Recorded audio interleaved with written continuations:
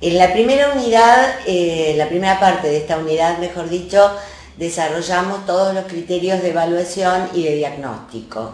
Ahora lo que nos queda ver es qué posibilidades de tratamiento tiene el odontólogo y cuáles depende de otros especialistas para poder resolver el problema de nuestro paciente. Si la etiología, ya mencionamos, es multifactorial, es muy probable que el tratamiento también requiera ser multidisciplinario.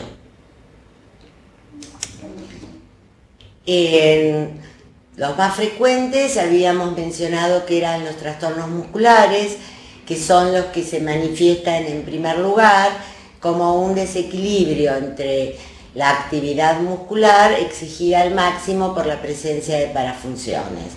¿Qué es lo que va a manifestar nuestro paciente? Otalgia, puede o no presentar limitación de los movimientos, como cocontracción protectora, y puede presentar dolor muscular, no solo de la zona de la articulación, y ruidos en apertura y cierre.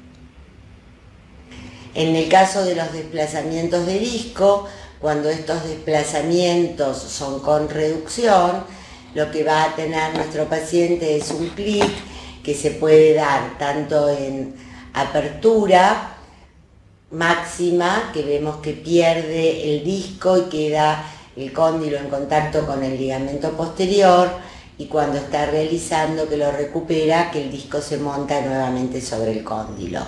Entonces puede haber un clic simple o un clic doble o recíproco. En los desplazamientos de disco sin reducción, inicialmente es cuando se presenta una apertura limitada justamente por esta interferencia del disco que quedó trabado por delante del cóndilo y queda el cóndilo solamente en contacto con el ligamento posterior. Con el paso del tiempo, este disco se va a reabsorber y va a ir recuperando la apertura, por eso en los casos crónicos puede haber desplazamientos de discos sin reducción y sin limitación de apertura. Finalmente, este ligamento posterior, por este roce constante, produce un engrosamiento y es el que queda funcionando como un pseudodisco.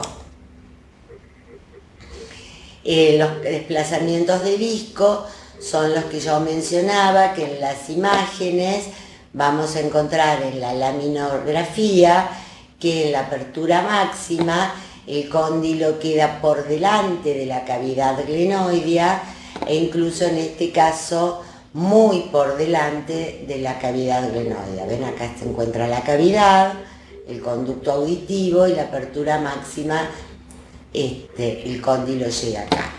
En este caso, en la clínica, que vamos a encontrar aperturas muy amplias que superan los 50 milímetros. Y el caso de las artralgias, que habíamos mencionado la baja frecuencia, en los pacientes pediátricos mayoritariamente se asocia con la artritis reumatoidea juvenil.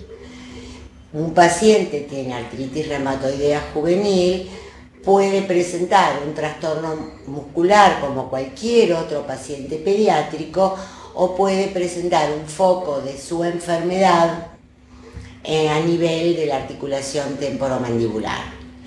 En ese caso, descartando ya todos los factores a través del examen clínico, cuando el paciente manifiesta dolor profundo continuo que va a estar acentuado en la función, dolor referido, o sea, y dura durante meses, el estudio que se debe solicitar para ver si es un foco en actividad de la enfermedad es un SPECT, que es este tipo de imagen que vemos acá. En realidad es como un centellograma y que va a marcar donde hay focos de crecimiento o focos de reabsorción. Sin saber interpretarlo y viendo nada más esta base de cráneo, ya podemos darnos cuenta que el reporte colorimétrico es asimétrico del lado derecho o izquierdo. El tratamiento, que tiene que ver con infiltraciones intraarticulares, los realiza fundamentalmente el reumatólogo, no el odontólogo. En relación a los trastornos congénitos y del desarrollo, que no estaban contemplados en la clasificación que yo les mencioné de la IADR, sí en una nueva que se está implementando en la actualidad, pero sí están presentes en los chicos, tiene que ver con las aplasias, o hipoplasias o hiperplasias de cóndilos, los asociados a síndromes, las asimetrías faciales esqueletales, alteraciones endocrinas, tumores o secuelas traumáticas o infecciosas severas. Por ejemplo, esta nena había concurrido en su momento a la cátedra para la atención clínica y la mamá reportaba que la veía torcida y que no quería que le quedara así para siempre. Si ustedes pueden ver las imágenes acá inferiores, esto es simplemente una panorámica recortada. Acá se observa la formación del cóndilo y del lado contralateral no hay una formación de cóndilo definido. Esto puede asociarse a un síndrome de primer arco branquial o alguna secuela traumática. Esta otra paciente es una chica en pleno pico de desarrollo puberal que aparece del control a la consulta y de golpe encontramos esta simetría facial tan marcada, con esta simetría a nivel también dentario, que ya está finalizó su recambio dentario, y este crecimiento con todas estas características sin ningún otro factor se produjo durante el pico de crecimiento puberal. De hecho, en esta que fue su primer panorámica al iniciar el recambio dentario, podemos ver el paralelismo entre ambos cóndilos y entre ambos ángulos mandibulares, mientras que en la última panorámica actual vemos que el lado derecho tuvo un crecimiento mucho mayor al lado izquierdo, generando esta asimetría esqueletal. ¿Y qué vamos a hacer con todos estos pacientes a los cuales ya tenemos un diagnóstico? Por un lado, el primer momento es lo que nosotros mencionamos como tratamiento sintomático, o sea, terapia de apoyo, que lo vamos a orientar con el uso de antiinflamatorios no esteroides, generalmente ibuprofeno, porque tiene mayor actividad antiinflamatoria, 10 miligramos por kilo de peso, o sea que en chicos de más de 40 kilos vamos a indicar 400 miligramos cada 8 horas, situación que tenemos que aclararle muy bien a los padres porque habitualmente utilizan dosis mucho más bajas cuando lo utilizan como antipirético, o a veces el chico sigue creciendo y el padre le sigue dando el mismo vasito con 5 mililitros que le había dado el pediatra 3 años atrás. Vamos a explicarle la importancia de que por lo menos durante 2 semanas, evaluar la evaluación de los síntomas, modifique todo lo que tiene que ver con hábitos orales, o sea, de no comer chicle, no comerse las uñas, los pellejitos, los lápices, o sea, que concientice al menos todos estos hábitos, y sería con lo que en otro órgano uno indica reposo, que hable, que haga dieta blanda, pero no cargue la función con otras actividades que no son necesarias, o sea, compara funciones. Esto es lo que también se menciona como educación del paciente, y muchas veces es necesario reeducar al paciente tanto a nivel postural, como el caso de este chico que presenta esta hiperlordosis lumbar tan acentuada, como la función respiratoria, masticatoria y deglutoria que está a cargo de la fonoaudióloga. Si hubiéramos detectado factores emocionales que son también relevantes o que generan realmente en la cotidianeidad problemas, es necesario la aplicación de técnicas psicológicas, y por otro lado el resorte que nos incumbe a nosotros propiamente dicho, que son los intermediarios oclusales. Estas recomendaciones, y que es la forma de trabajo que se implementa en la cátedra, coincide con las recomendaciones que da la AAPD, que es la Academia Americana de Odontología Pediátrica, y que está en su última actualización del año 2015. Entonces, lo que nos incumbe a nosotros, los intermediarios, ¿para qué colocaríamos un intermediario oclusal?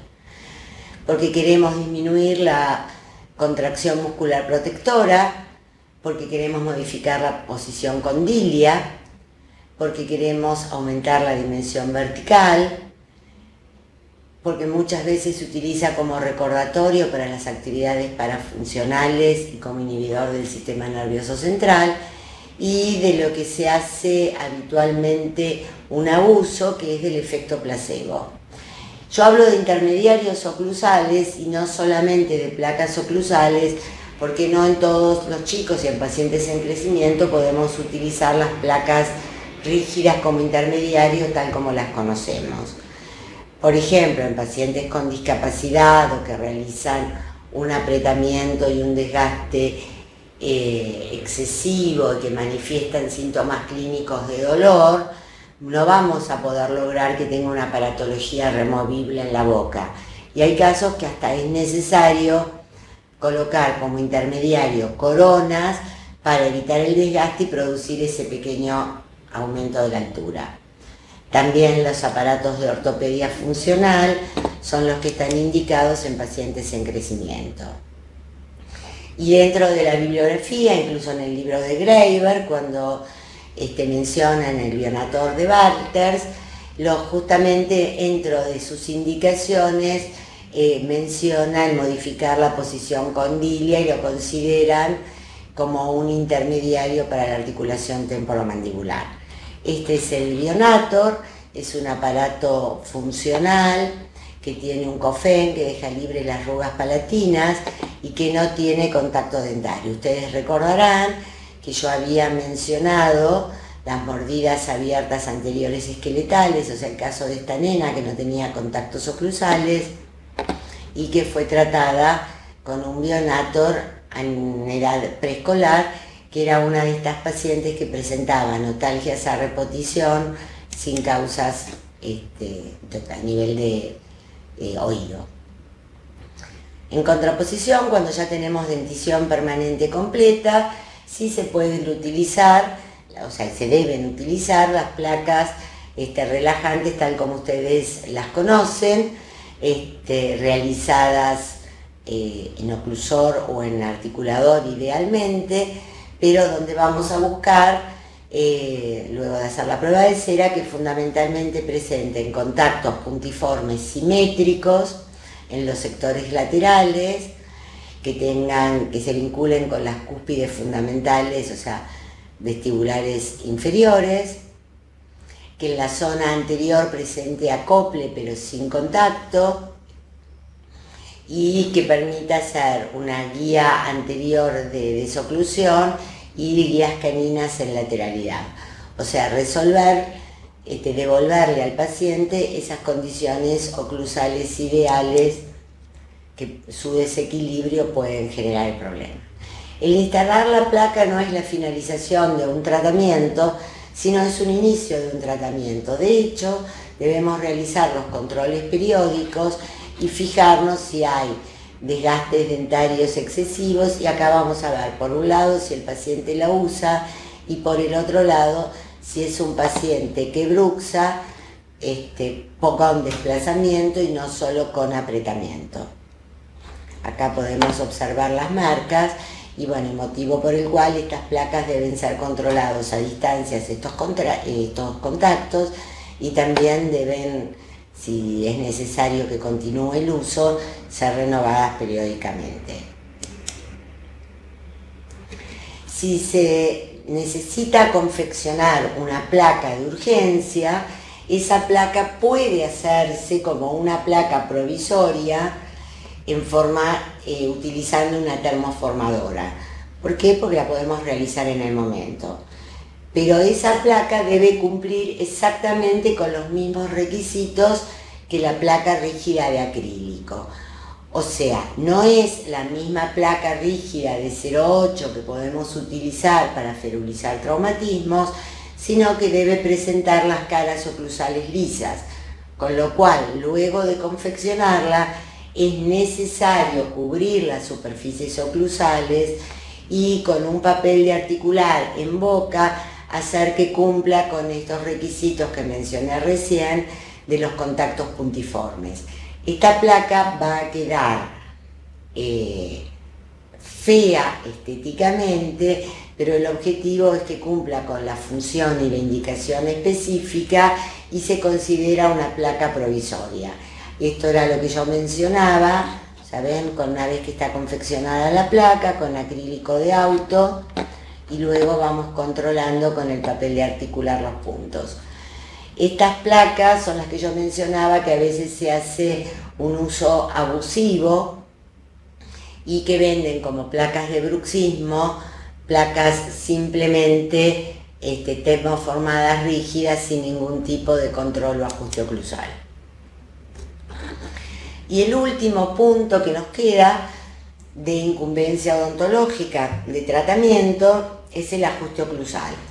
El ajuste oclusal no es un tratamiento primario, de hecho a nivel de evidencias científicas se considera con el grado más bajo, o sea, contraindicación como tratamiento primario, sino es necesario realizarlo cuando el paciente ya está asintomático, si vemos que queda algún tipo de interferencia. En dentición primaria vamos a tocar contactos prematuros, haciendo el registro con un papel de articular, y se va a iniciar el desgaste por la vertiente distal de los caninos inferiores, continuar por la mesial de los superiores y finalmente las cúpides de los segundos molares inferiores.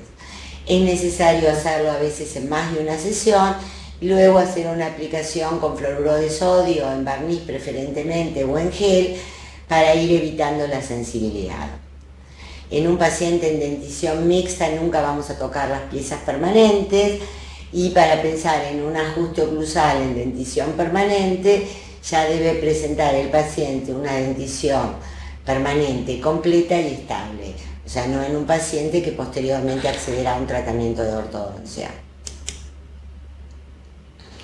Por ejemplo, esta paciente con dentición primaria y con esta traba canina no es el punto que debemos tocar. Lo que tenemos que hacer es llevar el paciente a relación céntrica, o sea, ir buscando que coincidan las líneas medias, ver acá cuál es el punto donde se produce la interferencia, y acá empezamos a hacer el desgaste de las cúpides como yo mencioné anteriormente. En dentición permanente, esta es una paciente que había sido atendida hace mucho tiempo en la cátedra por una hipertrofia del macetero que generaba un trismus que limitaba la apertura, y luego de 6 meses, por 8 horas chicle diario, se la lleva céntrica, y acá ya cuando la paciente, obviamente como ustedes pueden ver, había recuperado la apertura normal y estaba asintomática, se realizó el ajuste oclusal para evitar las interferencias. ¿Qué pasa? La pregunta sería, ¿sirven estos tratamientos? ¿Duran? Bueno, acá yo les traje para finalizar un resumen de la efectividad de los tratamientos realizados en la cátedra sobre 100 pacientes atendidos por el equipo multidisciplinario, donde divididos por tipo de patología y por tratamiento, o sea, pacientes con trastornos muscular, desplazamientos de disco con o sin reducción, se han hecho según los factores y la decisión terapéutica. Un porcentaje muy bajo, fíjense, son los que están en rojo, es los que utilizaron como tratamiento solo intermediarios oclusales. Mayoritariamente los que están en amarillo han realizado otro tipo de abordajes que tiene que ver con tratamiento kinesiológico, tratamiento fonoaudiológico, que son de las que más trabajan, y algún porcentaje también con abordaje psicológico, que es el más chiquito.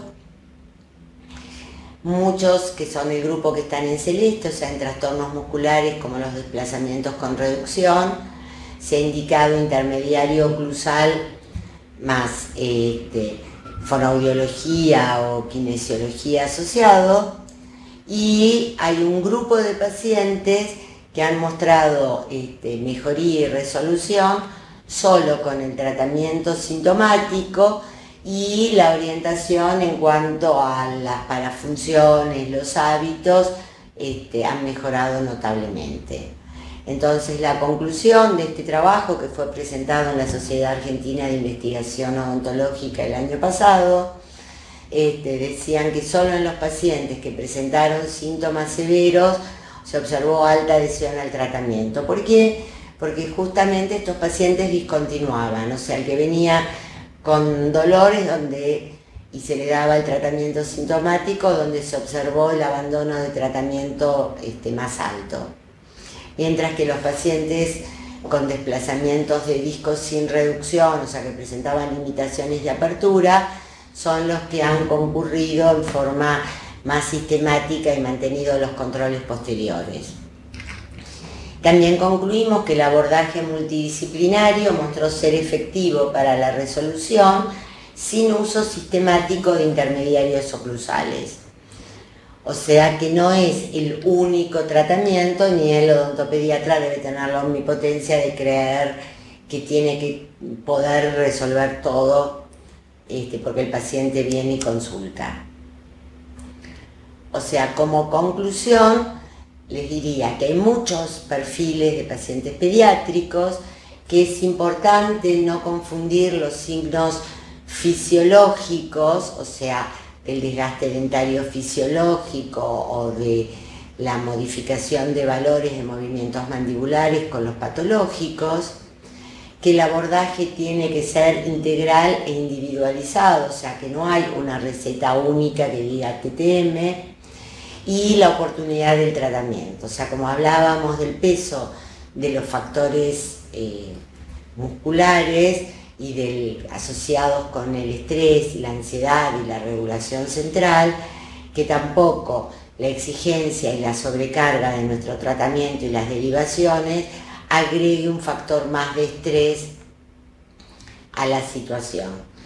Como la bibliografía que es necesario que ustedes consulten para complementar y redondear el tema, tienen el capítulo 21 del libro de la cátedra, la publicación de la última revista de la facultad y los lineamientos de la APB, que también se encuentran libres y de acceso libre a través de Google. Muchas gracias.